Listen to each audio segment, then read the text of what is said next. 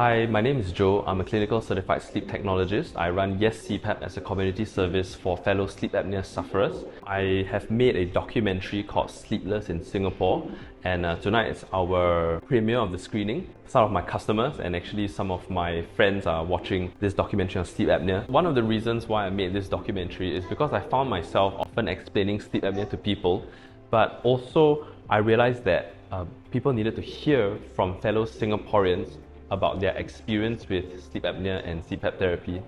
There are other documentaries out there where you hear from Western perspectives how their experience with sleep apnea, CPAP therapy is, but in my case, I wanted to make something that is very localized and something that Singaporeans can gravitate to and can understand easily.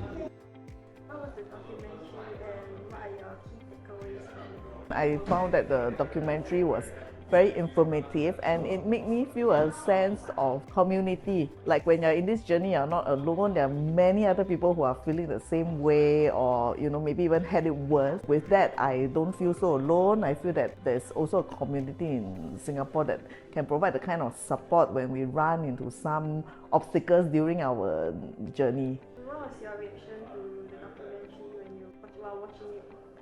Some parts of the documentary were a little bit shocking, especially when I saw the traffic accident. I thought, wow, that looked really serious, and it's not a state where I would want myself or anyone else that I know to be in. And also that serves as a very good reminder that don't just let this go untreated, because it might become more serious than you really anticipate it to be.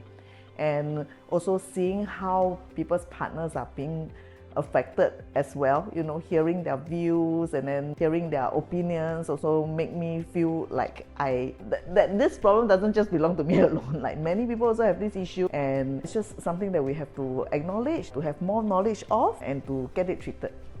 My hope is to try to get more people to understand the bad effects of what snoring and sleep apnea can do to us, and to help people to understand how CPAP therapy can be effective and yet comfortable solution to this issue. So 1 in 3 Singaporeans has sleep apnea, and my aim is to help people to say yes to CPAP therapy and to understand what sleep apnea is. So thanks so much for listening. Hope that you will find out more about sleep apnea and CPAP therapy. Thank you.